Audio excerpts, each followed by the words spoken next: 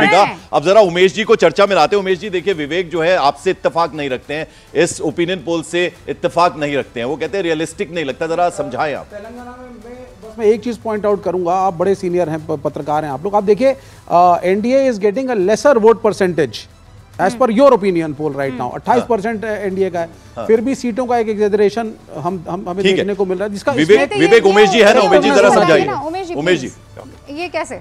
देखिए, तेलंगाना में त्रिकोणीय मुकाबला है, तो कांग्रेस को अगर 34% वोट मिल रहा है तो ऐसा हो सकता है कि कुछ सीटें ऐसी हैं जहां पे बहुत बड़े गैप से कांग्रेस जीत रही है, और हो सकता है कि एनडीए वो सीटें जो जीत रही है वो कम मार्जिन से जीत रही है।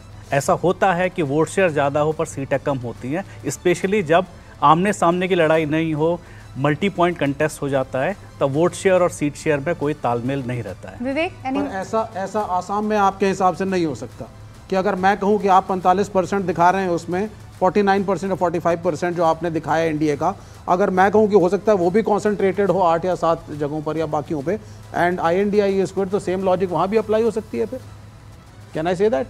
देखिए, अगर 45% आप बोल रहे हैं तो कहीं हो सकता है, कहीं 55% हो, कहीं 35%। हाँ, मैं वही कह रहा हूँ ना।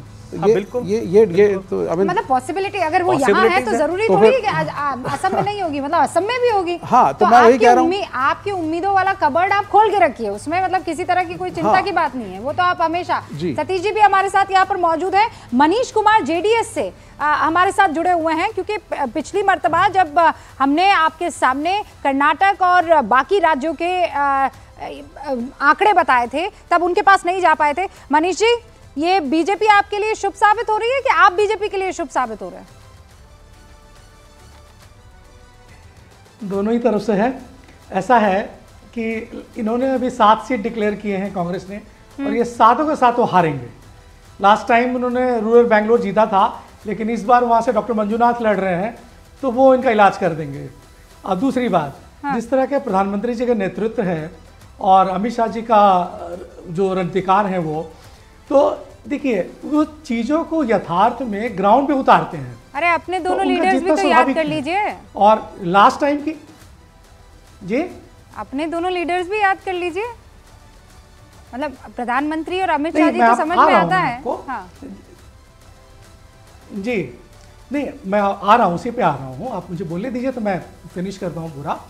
तो और वो तो एक स्टॉलवॉट हैं जो हमारे भूतपूर्व प्रधानमंत्री हैं श्री देवेगौड़ा साहब, वो तो एक बहुत बड़े स्टॉलवॉट हैं कर्नाटक के, और उनका जिस तरह का एक्सेप्टेंस है वहाँ पर, और दोनों के परसेंटेज अगर आप देख लीजिए, अगर मिलाने के बाद लास्ट टाइम में भाजपा को थी 51% के आसपास थी जी, और तकरीबन जो है 9% के आसपास था जेडीएस के पास, तकरीबन 60% के आसपास जाता है।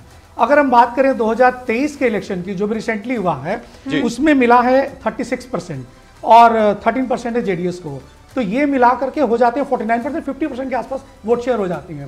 तो लाजमी है कि ये सीट तो जीतेंगे ये। और मैं एक चीज आपको बताना चाहता हूं कि देखिए, ये इनकी लास्ट माइल डिलीवरी है, ठीक है। जिस तरीके से वोटरों को लेकर के आते हैं और एक एक वोटर को प्रेरित करते हैं कि भाई राष्ट्र निर्माण में आप वोट करिए, चलिए, तो उससे क्या है कि तो एक संदेश जाता है। और कर्नाटका में और वो मनीष जी, ये जो राष्ट्रवाद है ये काम कर जाएगा, है ना?